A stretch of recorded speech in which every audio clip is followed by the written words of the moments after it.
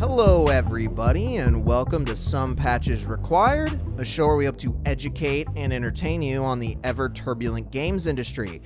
I'm one of your hosts, Zach. And as always, I am your other host, Aaron. And like we always like to say, please like and subscribe if you enjoy the show. We really appreciate it. And if you wouldn't mind too terribly, please recommend this show to a friend or perhaps a mortal enemy. We truly do not care which one you choose. And today we're going to be talking a little bit about Splitgate Arena Reloaded, also at one time known as Splitgate 2. We'll get into more of the details there, but before we dive in, we have a quick question for you, which is, have you ever played Splitgate or any of the second game's iterations? And if so, what are your thoughts on everything that's transpired? That second part of the question there will make a lot more sense when we dive into the whole story if you're not familiar with it. Yeah, when we dive into what has transpired. But yeah, if you're like an active member of the Splitgate community, you're probably already pretty intimately familiar with all the stuff that's been going down. So do feel free to share your opinions, because I personally have not played Splitgate 1 or 2. I was aware of the first one just because I thought it genuinely looked like a clever idea, very, very energetic gameplay, just kind of a fun mashup of genres. But competitive online shooters really aren't my jam, so it was never going to necessarily be my cup of tea. But yeah, I would definitely be interested to hear some, stories from inside the trenches on this one, without a doubt. And for those that don't know, Splitgate is functionally just Halo meets Portal. The primary gameplay is just an arena shooter where you can put portals on specific walls in order to either traverse through those walls like you would in Portal, or shoot bullets through them so you can get like specific angles on people. So it is a unique way of playing an arena shooter. It really is, in my understanding, if not the first, one of the first games to, really try these two mechanics in terms of merging them. What's specifically interesting about Splitgate, though, is that it is developed by a team at 1047 Games, and that team has been plagued with some of the weirdest, and I would argue probably worst PR that you can have as ultimately a pretty large studio, actually, trying to release really like their first critical success of a game. Yeah. Without a doubt, because Splitgate 1 was pretty successful for the scale of game that it was. It came out at the right time, and we'll talk about that a little bit more down the line, because it is backstory that's not hugely relevant to the main thing, which is Splitgate 2, which at a certain point became the team at 1047's main priority. They felt that they could no longer suitably update the first one and wanted to make a second one. And just kind of use that as their basis moving forward, and things did not go to plan, even a little bit. Zach, do you want to kind of go through the numbers here and then dip into PR, or would you prefer to just PR it straight out the gate? Well, yeah. So, I mean, I think the interesting thing to just know, because you did bring up the first game. So as we're going through the narrative here, I just want everyone to remember the first game was actually a pretty impressive release, especially for the studio's first game. It had a total of 68,000 peak concurrent users in 2021. A lot of that was driven by what Aaron was saying. It was just a good time, right place, middle of COVID. Halo Infinite hadn't yet come out, and people were really kind of yearning for that kind of experience. So as we run through the numbers later on, because they do get worse from a concurrent user perspective, just keep that in mind. The real reason Aaron and I wanted to chat about this, or if I'm being completely honest, I pulled Aaron into this discussion, was because Splitgate 2 is technically the first iteration of the second Splitgate game. Twice. Yeah. The current iteration as it exists in January of 2026 is something called Splitgate Arena Reloaded, which is the team's attempt to relaunch Splitgate 2. And we're going to go a little bit out of chronological order here, because what's happened more recently is Splitgate Arena Reloaded relaunched on December 17th. And the Steam charts are not painting a particularly favorable picture for this game that's functionally cost the team, or will cost the team, $100 million to develop. Ultimately, they were giving over $100 million in funding to develop this game. And when it came out, the highest CCU that it got on the relaunch was roughly 2,300 players for a live service game. And that's caused a lot of hubbub, because 2,300 players is not enough players to sustain a live service game. No, especially not at that scale. 2,300 players is dead MMO territory. That's sell off server maintenance to a company that can manage tiny server numbers for the handful of whales that still play long dead MMOs. Not thriving, modern, pulling players from Call of Duty and Fortnite and everything sort of game. That is 2,300 is not going to get you into that territory. It is not going to achieve those goals. And the interesting thing too, or rather I would say kind of tragic thing, is when you look at Steam DB in this game specifically, it's not uncommon for you to see the decline in CCU that you see with Splitgate Arena Reloaded. Like, games do not maintain their peak. And if you are maintaining a plateau, like, that's a pretty impressive thing, especially after launch. But what we see with this re-release of Splitgate 2, they dropped down to half of what their initial max CCU was in under a week. It took less than 7 days for them to reach 1,200 concurrent players as their 24-hour max, which is even more damning. And so where this all ties into like the PR thing that Aaron and I are very interested in is that the developers, well, they did what you should always do as a developer and make excuses on Twitter. And obviously I'm joking about that. You should not do that probably, but they did have this large announcement that went on Twitter, and it basically summarizes this idea that like you shouldn't take the Steam charts into your consideration when assessing how successful the game is doing. The Steam charts don't paint the full picture. Literally the first line that they say on there is Steam charts don't measure fun, which I would say is correct. A game can be fun but have low Steam chart numbers. But when you're a live service, you need players to succeed. True. There is no fun metric on Steam DB, right? There's no way to quantify the fun that people are having, or as they say, like the wonderful things happening in the community. But it is a reasonably useful measurement of success for a game that success can only be measured in concurrent players. It's a free-to-play shooter. Without players, it's not making money, right? Like, it's definitely not making the developers money. It's definitely not getting them any closer to making money for their investors. So yeah, it's just sort of like a weird blame shift. And it's kind of phrased simultaneously positively and defensively in a way that I think will probably become a little bit familiar to you the deeper we get into the PR drama side of this whole thing. But yeah, just I get them wanting to try and defend what is going well with whatever like minor stuff is going well with the relaunch, but this does just kind of stink of desperation, defensiveness born out of desperation to me.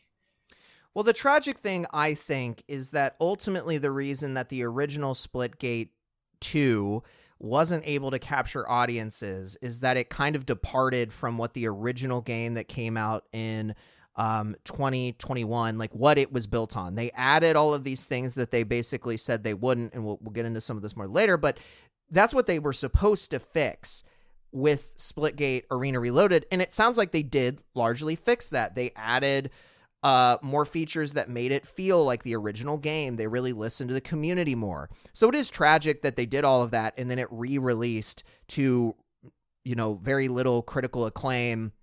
And I feel for them and the team and all of the effort and energy that went into relaunching the game. But I don't think that the appropriate PR move is to notice there is a conversation happening around Steam metrics and then come in and say, well, actually, we're doing really, really good, and you shouldn't say that we're not doing very good because of what Steam's showing, because that only shows part of the picture, and, we're totally killing it on other platforms, which is kind of what they implied through some of the messaging. They don't explicitly say that. But if your Steam metrics aren't great, so, right now, I think last time I looked, they had, roughly 1,000 players, less than 1,000 players on Steam. Okay, cool. Well, let's say you even have double that on Xbox and PlayStation. We're still talking about a game that has less than 5,000 concurrent users functionally on launch. You are not going to be able to sustain this game for long, especially when you're trying to recur an investment of $100 million for your stakeholders. This just does not work for you. The numbers they do not make sense for a live service game. If this was a purely arena shooter that didn't have all of this funding that it was trying to make back for investors, maybe you'd be in an okay spot. Maybe this could be a niche kind of competitive game, but that is not the situation that this game is in. This game wants to take on Call of Duty. They have been very explicit about that, and they're not going to do that with these numbers. No, they're not really going to take on any of the major to medium players with these numbers.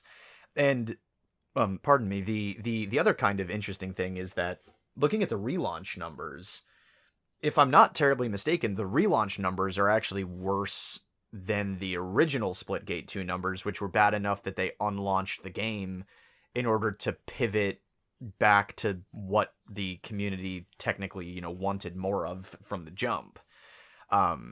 And yeah, like you said, there's a lot of there's clearly a lot of work that goes into making something like this. There are clearly a lot of passionate people involved in making this game. Everyone from the artists to the programmers to the audio people to every single person who's actually putting themselves into making this game. It must really suck to make something that you're probably pretty proud of and then just watch it go up in flames and also kind of watch people cheer as it does. But that is the, cruel double-sided element of PR, right? Once your reputation has sort of dipped as low as it can go, it's like your credit score, right? It's really easy to lower your credit score. It's very difficult to get it back up. And, I think that's kind of what they did pretty effectively PR-wise here, which I personally think, and this is another reason that I'd be interested in hearing what, active players really think about the game and this whole saga. My gut instinct is that a lot of the number woes that the relaunch in particular is facing just come on the heels of some horrifically mismanaged PR. Yeah, and the interesting thing is, the last thing I want to say about this recent bout of negative PR perception is that this PR was so bad that on my LinkedIn, I saw various studio executives from other studios talking about how annoyed they were that the CEO of 1047 wasn't just taking accountability for the game being bad and being like, okay, we missed the mark. This failure is our failure to own. And instead trying to dodge responsibility for it and all of the mistakes that they've made. Because I'd have to imagine there's a ton of developers that have this kind of frustration maybe, but most people, they just swallow it and they learn the lessons from their failure and whatever. So I think it's probably a little frustrating for them to then see someone like not really get it and just kind of try to avert blame and blame everything but the their decisions or their team's decisions. Like, people fail. Actually, I would say people mostly fail, right? Yeah. There's nothing embarrassing about failure. You just have to learn from it. So especially when you're in this like environment and games of, executives, people throwing their own money on the line, like, people are just very sensitive to folks that look like they're trying to dodge responsibility and not really like fail gracefully. Because I think that's really what matters the most. Like, there's no shame in saying we really missed the mark. This was a very important life lesson for me. I'm going to learn from it and make a better experience later. And I think the other thing too, that like this messaging fails to like illustrate an understanding of, it feels like the studio doesn't understand their entire history and how that has led to this current point of failure. It feels like they're like, but we fixed all the problems that people had originally. Yeah. And it's like, okay, that's great, but you're not just going to immediately like blow up because you fixed all the problems. Like, we sort of recently talked about like No Man's Sky and the huge rebound that game made. And that's a different kind of game. It's not a live service game. So like, it's not like a great comparison, but it took them years to recover. Years. And never once did you hear anyone from their team be like, woe is me, the Steam chart numbers don't look good, but like, that's not actually the full picture. Like, fail with a little more grace, I think, is an important thing. That is 100% that was like the full impetus for us to even, because a lot of the stuff that we're talking about here is months old, but the complete lack of any sort of ability on the part of, I'm just going to say, studio leadership in this case to sort of engage with reality as it exists, not as they wish it existed. And then to offload blame or deflect blame or try to refocus the line of questioning onto metrics that are more favorable for them, especially ones that are unquantifiable, like fun. That the inability for the people in decision-making positions to do that amidst all of the other PR faux pas that they've laid down at our feet and the, arguable devastation that has sort of befallen the studio and the people who actually worked on the game. There have been 2 waves of layoffs, totaling, I think, between the 2 of them, more than 30% of the total studio. And yeah, I mean, there's nothing inherently wrong with taking a step back and going, like you said, this did not work out well. We tried some stuff, it didn't work. Here's why we tried it. Here's why it didn't work. Here's what we learned. Here's what we're going to do about it. That's, pretty different than what we actually see here. So yeah, I can understand that being deeply frustrating to other people in an industry that does have to deal with exceptionally reactionary responses from both media in that space, ourselves included, and also in the player base, and most specifically inside of the review ecosystem that exists, especially on PC games. Especially on PC games, where Steam reviews are just such a critical part of making a game a success or a complete failure. So, yeah. There are definitely lessons here to be learned by studio leadership. The question is whether they will learn those lessons, or if they will just sort of continue to shirk responsibility and proceed as if they've done nothing wrong and are, just slavishly devoted to building the best community possible and whatever it is. And I'm sure that there's some degree of that's true, but yeah, there's a lesson in failing with grace here that ought to be learned, not just by the people making bad decisions at 1047, but by possibly to be used as a playbook for devs in the future. Well, also, the kind of last part of this story, and we do realize this is a bit of a longer story for the buildup of this, but it's truly just like the successive failures of the studio from a PR perspective that paint the whole picture. this game, like we alluded to, technically came out earlier as Splitgate 2. And that had an even larger PR nightmare associated with it because it was a situation where the game was doing fairly well prior to its official launch, but it launches at Summer Game Fest, which, great, cool. It was like a shadow drop thing. Great. The problem was, and the studio CEO, Ian Prolix, has even admitted to this on a Twitter video that he did. They needed a way to break through the noise. They needed to be provocative. They needed to get people's attention. And the way that they did that was by him going up on stage wearing a hat that said, "Make FPS great again," which of course is going to inflame at least more than half statistically of the United States for political reasons.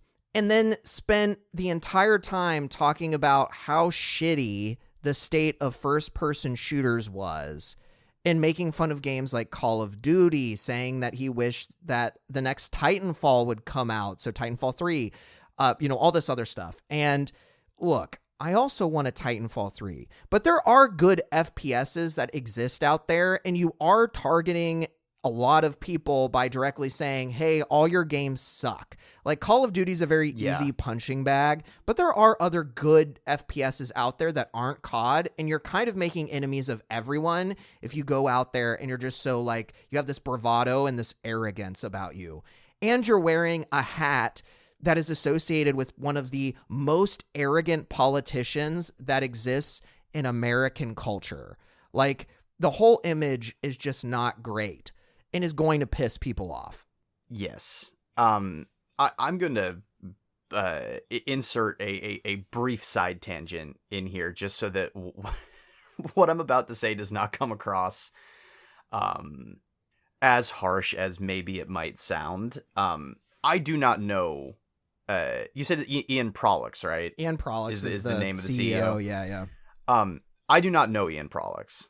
I do not know what lies within his heart. I do not know what thoughts drift through his sweet mind as he drifts off to the land of Nod.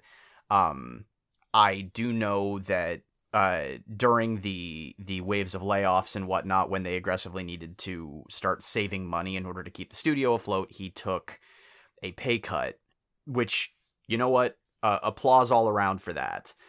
So I say that to illustrate that I do not know this man's actual character, but while I will not be making any specific judgment calls on that side of things, I will confidently say that his decision-making in this regard was bad. One, the hat was a bad idea. It was just really just a bad idea.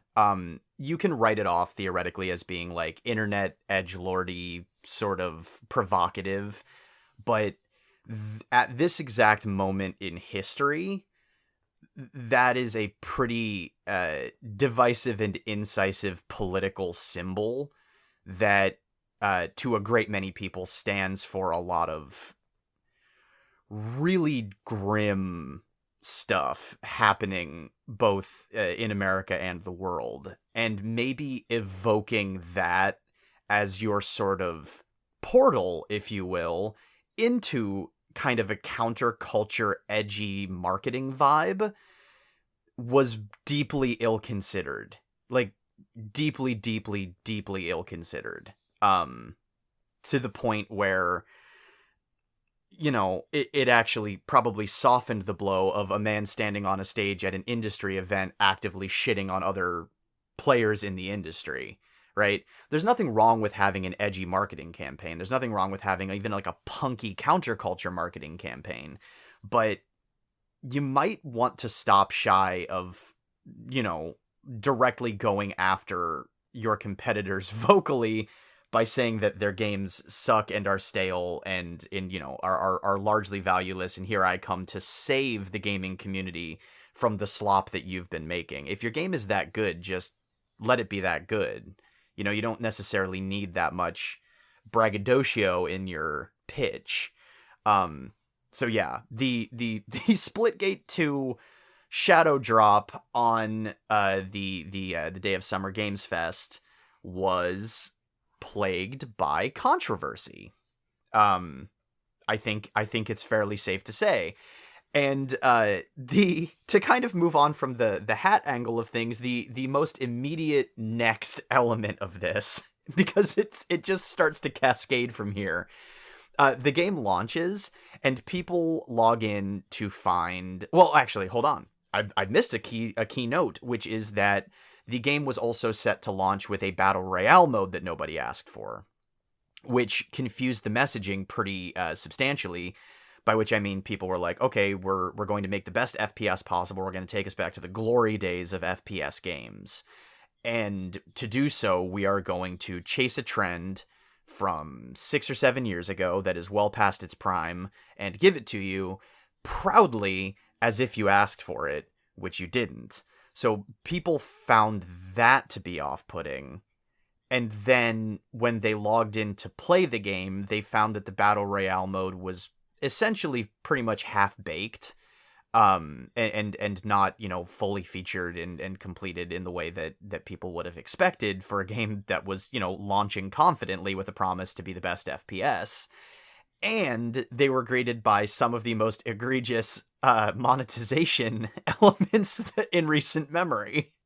Yeah, there was a bundle in the game that was labeled as being 45% off, and I believe that the bundle's cost was $80.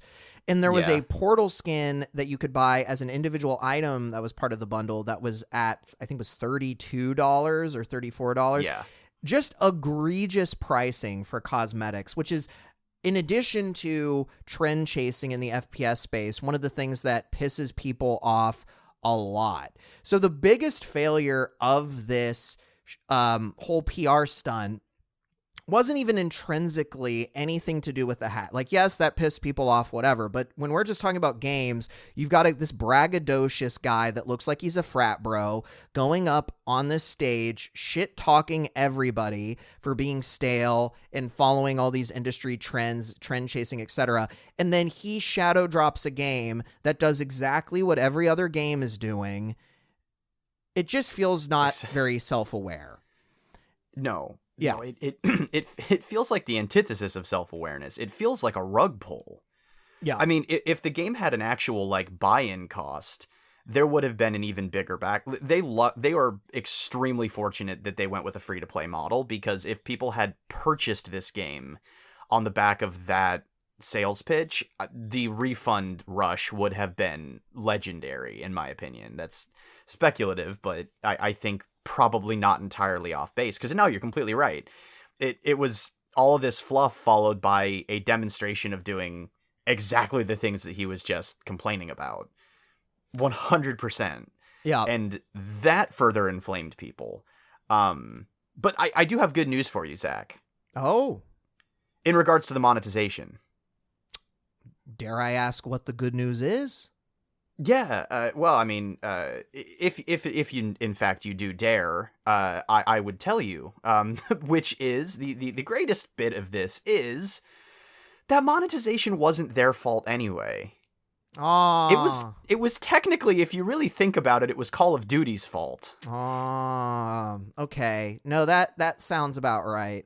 Yeah, so what Aaron's alluding to is, following the backlash, the CEO posted what could only be described as a series of Instagram lives to Twitter, where he unbelievably good. Yeah, he Bad. Looking like a frat bro just responds to the criticism after criticism. One of the videos is dedicated to explaining why they added a battle royale mode, and he tries to convince you that it's not trend chasing, but instead them hybridizing the arena shooter with a battle royale mode, and how it's this big innovation to the genre.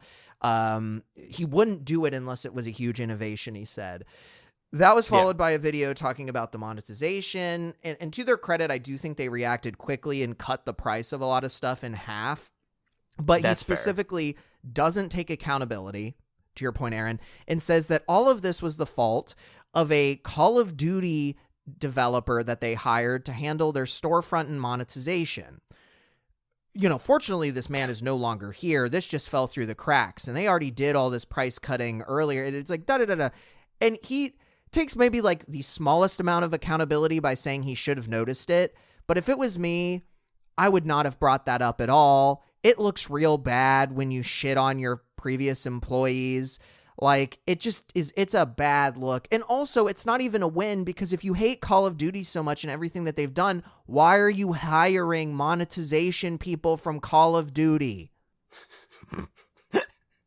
Yeah, I mean, if Call of Duty is going to be the thing the thing that really irks me about this one, and I will keep this extremely brief and reasonably vague, which is to say that the degree to which Call of Duty has already been scapegoated in this story and will continue to be scapegoated in this story does fall into the playbook of the progenitor of the hat, if you sort of catch my drift there.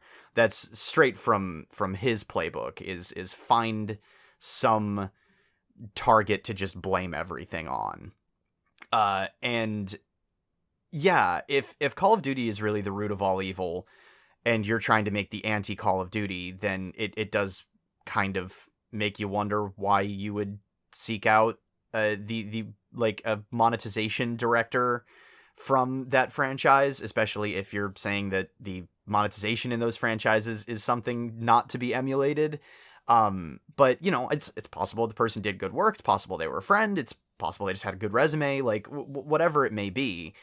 But why are you dragging this person's resume? Why?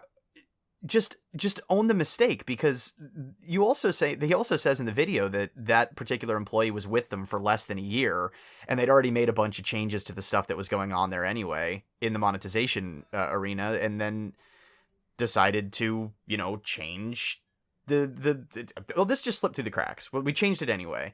It's just such a flimsy, weak response to an issue that could have just kind of flown under the radar, but it became more noteworthy for the dragging of another Call of Duty dev. Yeah, it's just not a particularly good look. You know, whenever you're doing job applications or you're doing interviews or whatever, the general standard is you should be positive. You shouldn't talk shit on your previous company or previous bosses or whatever.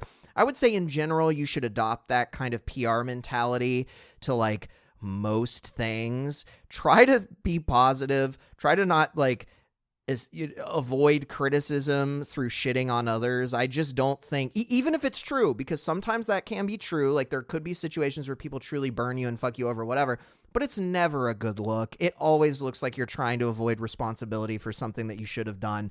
And candidly, they fucked up because, you know, if you turn in a resume, for example, and it's got a bunch of grammatical errors that you maybe just missed, you know, you can't then be like, you know, you sent that thing out because it was the final product. Like when you launch the thing, it better damn well be in the best state that it can be. You can't blame people for criticizing you for letting something slip through the cracks like that. I mean, especially when it's that egregious. So yeah, it's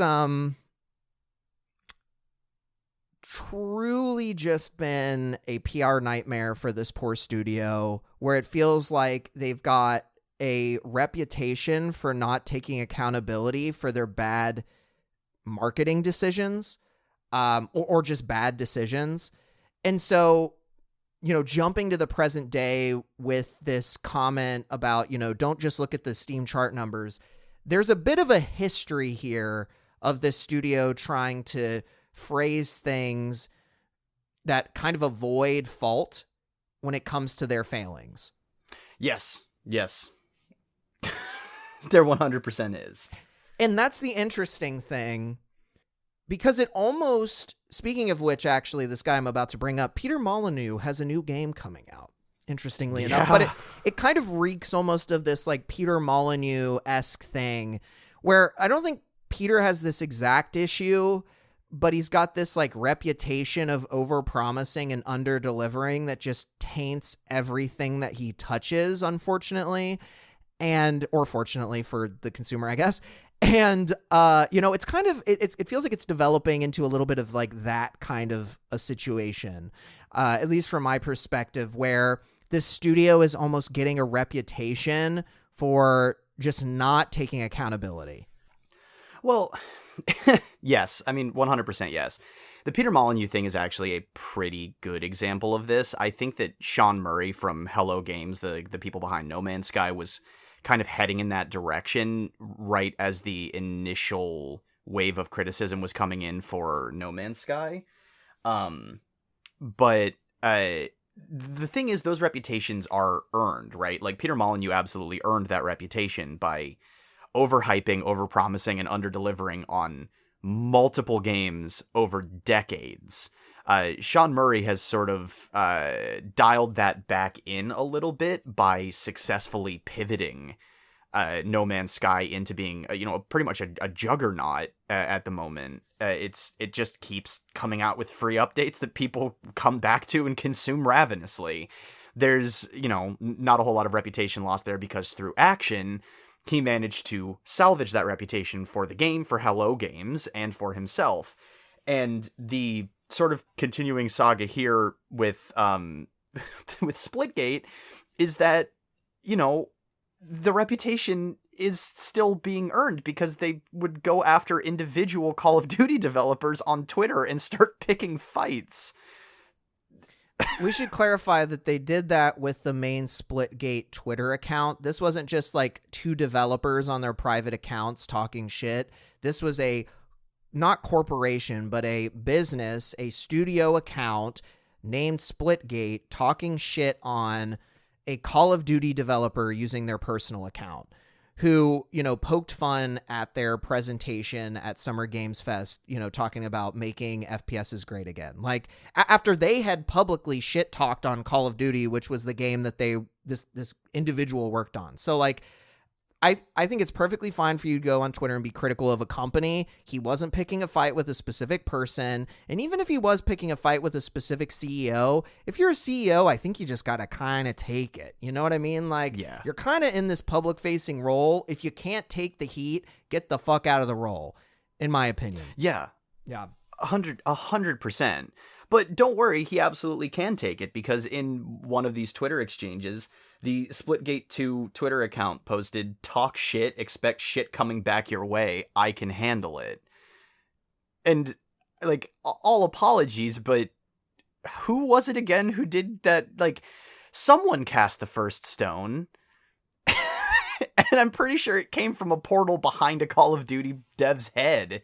Like, it was definitely you guys on stage talking shit that cast the first stone, so you can't call out an individual developer on their personal account taking humorous umbrage with your presentation and then use the professional Twitter account for the entire fucking studio to lambast this person by complaining about how you can't tell Call of Duty games apart anymore.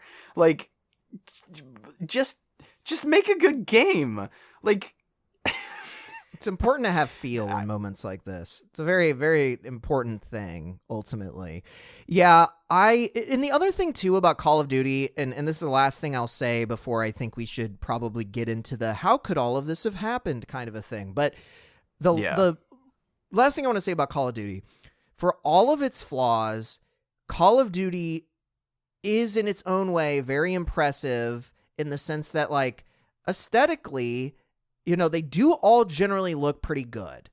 I would also say that, like, the gameplay, I feel like, is generally pretty solid. Like, there are a lot of very positive things about Call of Duty. The main reason that COD gets dogged on is because they don't iterate in super meaningful ways. They're not pushing the genre forward in meaningful ways like they used to. It is this, like, annualized release that people just kind of buy in the same way that they, like, buy, a sports game like a FIFA or a Madden or whatever, right? Yeah.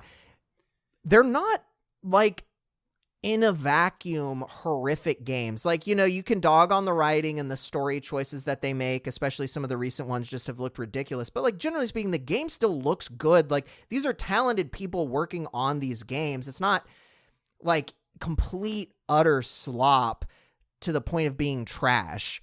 Like, I don't know. I say all of that to say it's weird to get into a fight with a developer.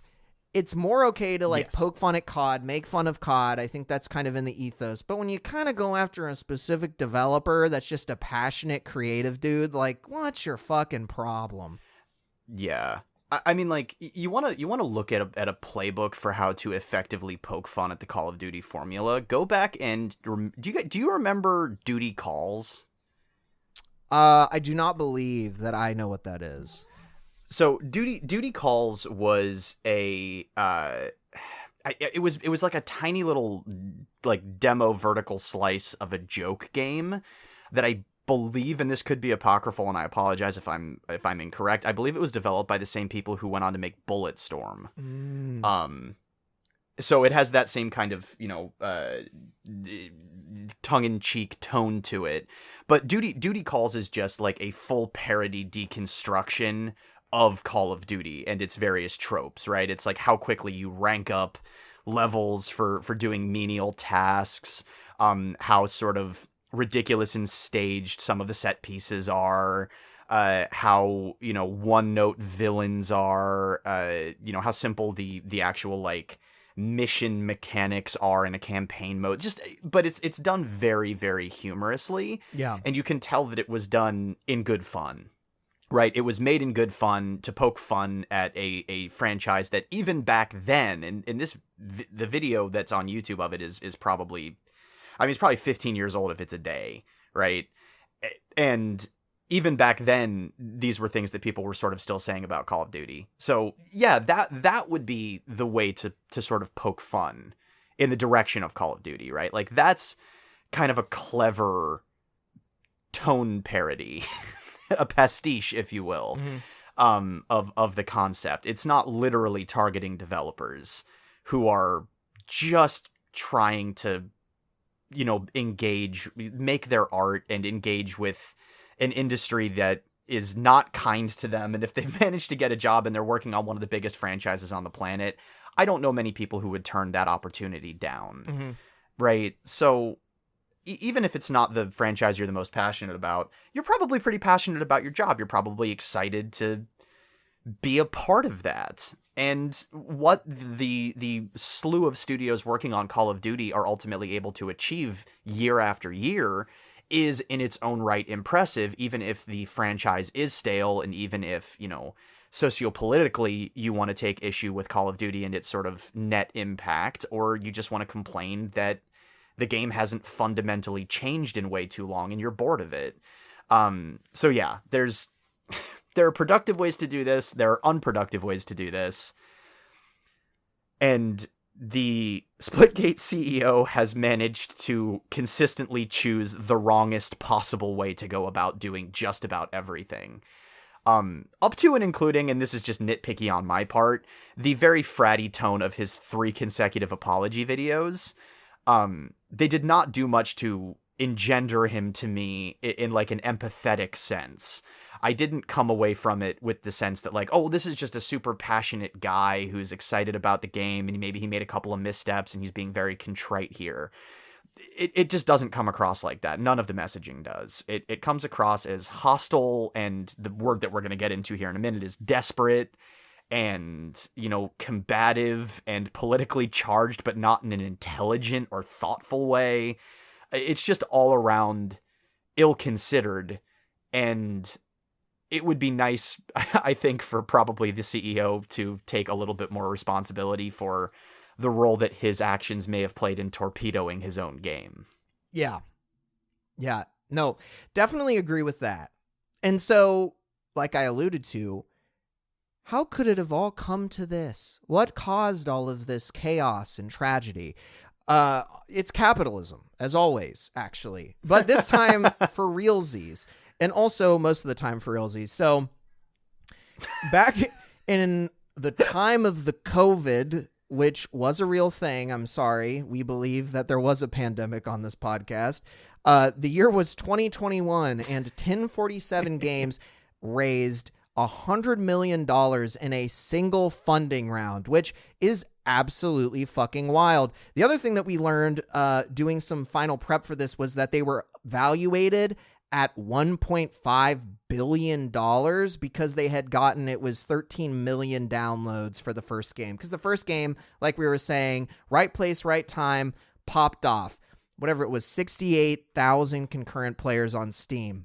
Let's just say, venture capital had very high expectations for them. And at this time, interest rates were super low, so money was functionally free. The games industry had been growing at a crazy rate. COVID pushed people inside, so people were gaming more than ever.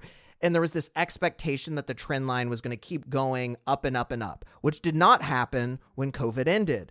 People are actually gaming less now than they historically have been. I just saw a thing that was talking about that. But regardless, Aaron, this company had to probably make a pretty ambitious game to justify that $100 million in funding that they got from these investors. That game was not going to be working on Splitgate, the first one. It had to be something new. It had to have mass reach. It had to be live service. It had to be all these things because that's what these people that invested in the product probably wanted from this studio and this team. Yeah, I mean, you don't put $100 million into something hoping to break even. Yeah. You put $100 million into something because you look at the success of the previous project and you say, okay, well, with more funding, we can get more reach, we can achieve more success, we can make more money.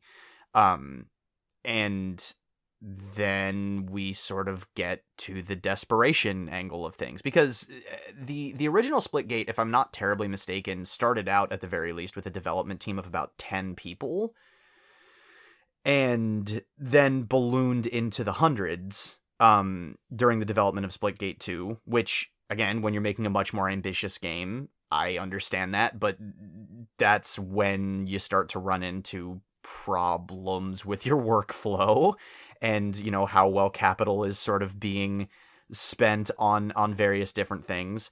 So, once all of that has settled and they start making the game, this is when we start to see egregious monetization practices begin to creep in, and it's when we start to see kind of baffling trend-chasing stuff that's antithetical to what would become the messaging of the marketing push.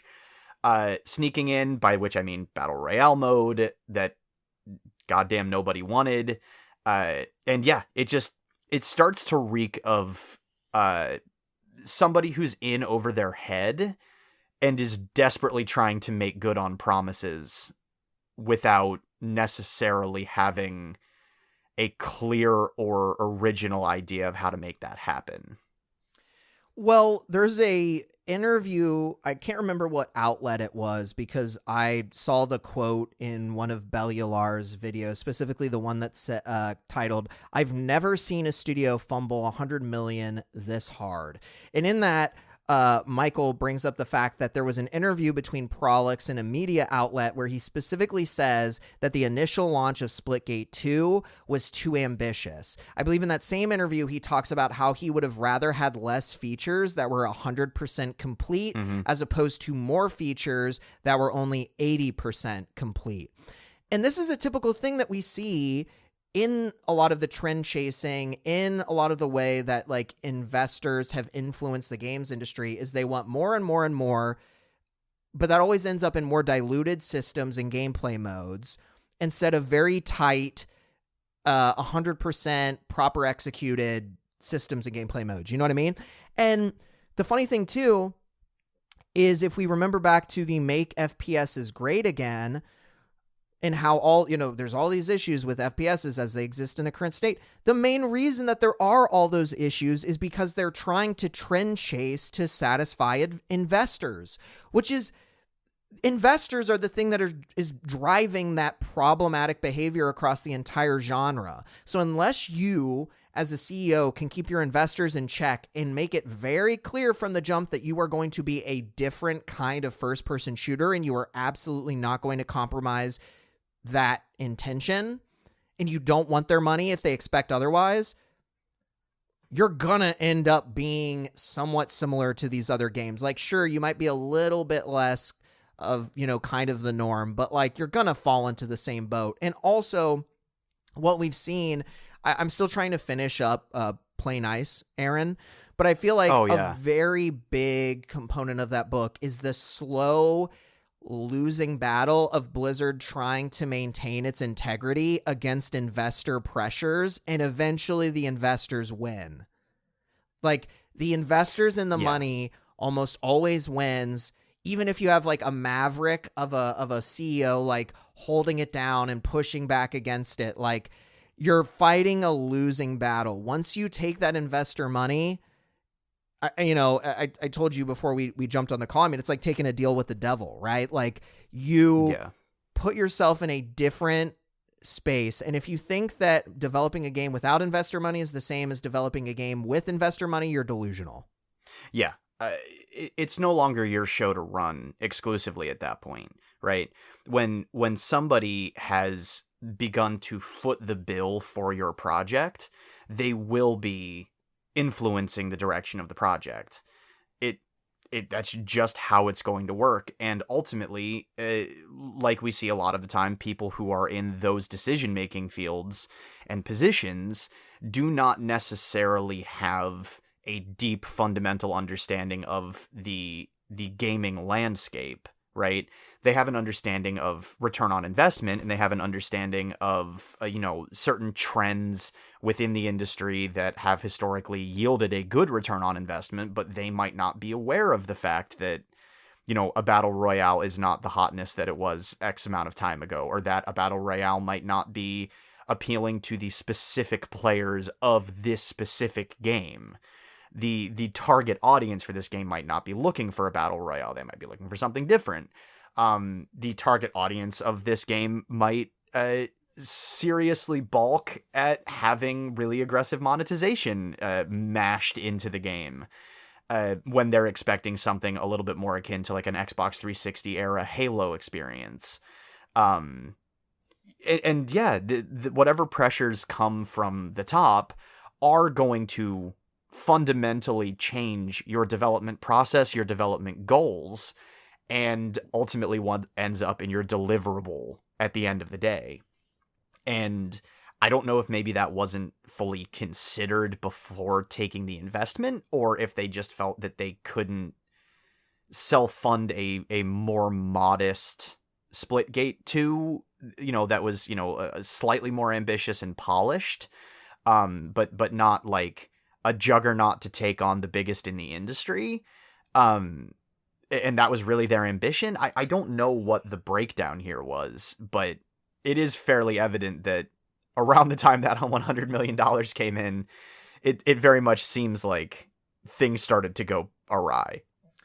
Well, what part of it is certainly is I saw a quote, and I can't remember what outlet it was, but it was basically Pollux bragging about the success of, I think, getting that initial funding round and working on Splitgate 2. And he basically says he's bringing the Silicon Valley approach to game development. I think that tells you everything that you need right there. I mean, this is not, for some people that make game studios, it's all about making something that you can sell to make a shit ton of money. They want to sell the company so that they can make a massive profit, and then they're set. Which, this is why in my mind, like, game development and capitalism are in many ways at odds, because what capitalism wants, especially late stage, is like exceedingly exponential growth. It wants quicker development times. It really, like, capitalism in our current iteration just really wants slop, because we've gotten to the point where, like, what the consumer even thinks about a product doesn't even matter. It's just the velocity with which you can get content out is what matters now in media specifically. And so it's the TikTok formula. Yeah, you're not benefited from making a better product. You're benefited from just getting something out the door quickly and, 100%. Trying to appeal to the widest audience possible. And all these things just do not make good games. They just do not make good games. If they did, then great. I would complain about capitalism less, but the reality is that they just do not. And these pressures were less prevalent when games were being developed when we were kids in like the early 2000s or even like the 90s. Like, it was just a very different environment, I feel like. So Yeah, it's wild. I think the only other thing that I would say about this that's interesting is just how much people didn't understand the business landscape during COVID with like the inflated player numbers and not thinking that that was going to come down. But also just the fact that like the smart move here was probably to keep investing in Splitgate, the original one, keep growing it until you hit a technical point where it's like, okay, like we can't, so like we want to do all these really cool innovations to the game. We can't do it because this is an older game. It's on an older, I think it's Unreal engine version. Like we have to make a new one. We don't want all this tech debt because that was the game that was out at the right time.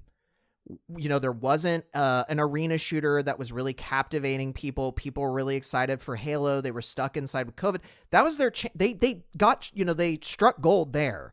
They should have kept moving with that momentum, and instead they handicapped themselves and started working on this other big project that had no guarantee of being successful because the studio just, it wasn't a household name at that time. You know, like I think they needed to build their brand more. I think they needed to build the game more, and then they could have transitioned more of their audience over. But like they just didn't do that well. And yeah, I'm sure a lot of that was, again, investor pressure to get returns quicker and quicker and quicker instead of them standing up for themselves and being like, if you want to make your money back, you know, you should give us more time to really build our brand, build this image, whatever. We'll get you your money, but it's just going to take a while. Yeah, but a while is not an acceptable time frame. No, I mean, yeah. I mean, really, they just shouldn't have taken. I think, again, that Ian Pollux wanted to make a big cash out on this studio, or maybe just had, you know, his eyes were bigger than his stomach in terms of what he thought he could manage. And I think taking that money was the mistake. I think they could have existed as a smaller team and had a solid kind of like indie success story. But instead they took corporate money and are in this really awkward place. And candidly, I think Ian's going to come out of this with a stink on him, potentially. Yeah. Because he's decided to make himself such a figurehead in all of these PR blunders that he's the one that's going to look bad, not necessarily the people working under him, which I think is good. I don't want the developers to, be punished, but. No, I mean, ultimately, and this is kind of my closing thought here, and I don't. Again, this is not a judgment call on this man's character, but if you really just sort of look at the story, if there are two villains, one of them is capitalism, and one of them is Ian Pollux. He has made himself the most visible component of this entire debacle. He has not necessarily presented what I would call the best side of anybody between the fratty apology, the fratty improvisational, non-apology apology videos, filled with excuses despite the constant evocation of the phrase, I will make no excuses. And just repeatedly doubling down on making ill-considered decisions that paint both him and the studio, and by extension the game, as largely negative. So yeah, I think he will probably have some kind of stink when he comes out of this. Whatever happens, my suspicion is that, I mean, I don't know if the studio itself will close, but I do not think Splitgate 2 is going to be a sustainable product for a considerable period of time with these kind of numbers. I'm not rooting for the destruction of Splitgate. I would love to see this turn around. It's the exact opposite. I would love to see... I love the concept of it. It may not be my cup of tea just by the type of game it is, but I love the idea of mashing portals into a Halo arena and letting dedicated players just like go crazy in there. And I would like to see, 145 people is still a pretty small studio in the grand scheme of things. So I would like to see a AA studio turn this around and succeed and, build a dedicated fan base and make good on all those promises of generating a strong community that he keeps talking about. But I don't know if that's in the cards at this point, because the optics of Splitgate have become so mired in bullshit, all of which essentially came from this one person, that I don't know if reputationally the concept is salvageable anymore. I hope it is, kind of, but I just don't know. Yeah, I would just say in closing, I think the concept is probably salvageable, but I do think it is one of those situations where if your PR is so kind of pathetic and it just doesn't take accountability for failures, I think that some people may not want to play your game because they view you as like a scummy, scummy, pathetic, desperate company. Like I just think your image and your brand is super important when you're trying to sell your games, because like generally speaking, especially when you're smaller, you're not going to be able to leverage FOMO in the same way that some of these large corporations can, where they're scummy, but everybody's going to play the next Call of Duty. So if all my friends are playing COD, like, okay, I'll play COD, even if I don't necessarily like Activision, right? Like, you don't have that kind of pool. So your brand is way more important. And if it's stinky, people may not want to deal with it, and they don't even care if your game's fun. It doesn't matter if your game's fun. No, because no one will see it. Because, again, this is kind of what I meant with like the reactionary review ecosystem, where Steam reviews are not political in the sense that they, literally play into larger politics, but they have their own internal politics. And in that regard, they are deeply personal and political simultaneously, where people will review bomb something to make a political statement, or to make a statement about the actions of the CEO, or about perceived slights to the player base, or what have you. There's 1,000 different dimensions that can sort of take on, and I think that people also abstain from purchasing a game or from downloading a game that is getting lambasted for these very specific sort of not great for players and not great for the industry things. So yeah, ultimately reputationally, I don't know how much of this is salvageable. It's rough, because they just played it as wrong as they could. At the scale that they're at, you're completely right. They needed to have a much more positive sort of reputation, rather than trying to be like the counterculture bad boys. And yeah, the whole thing has just backfired so catastrophically. Yeah. And I wonder too, like, how many people are also upset because this kind of feels like a mild dig at Steam, and people are pretty passionate in general in favor of Steam. So, maybe there's some element of that doesn't play in their favor. But regardless of any of that, the TLDR of it is ultimately capitalism and investor funding made the company desperate, and in their desperation and the numbers not going the way that they wanted, I think that they made some poor PR decisions that ultimately have negatively impacted the game. I mean, but also there were poor development decisions made as well. They just, didn't take that on the chin as well as they should have. So here's where we're at now, or this is where we're at now, rather. Yeah. It'll be interesting to see what happens down the road. I doubt very much that we'll probably end up doing another full episode unless something completely crazy happens. But yeah, outside of that, Zach, would you be too terribly offended if I thanked Beach Girl? No, I think that would actually be quite appropriate, Aaron. Oh, well then I shall proceed. Thank you, Beach Girl, for providing us with our wonderful intro and outro music. Also, thank you for still having some music up that's easily accessible on Spotify, even if I can't find some of my favorites on there anymore. But if any of you, dear listeners, are interested in trying to find Beach Girl, you can still find some of their music up on YouTube, SoundCloud, Bandcamp, Spotify.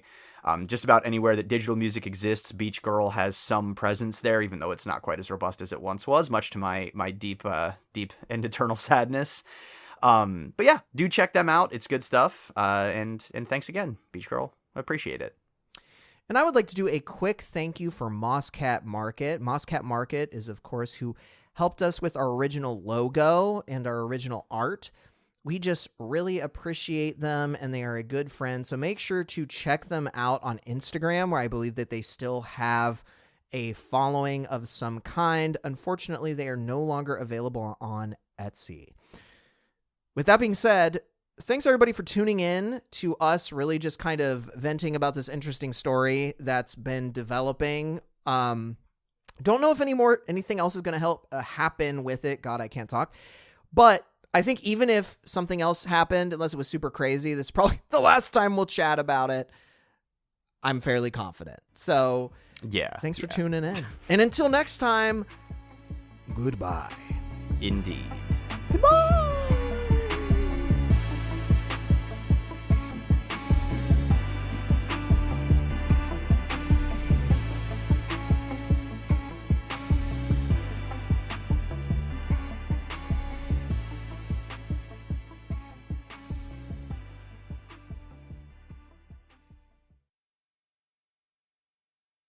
If you really think about it, it was Call of Duty's fault.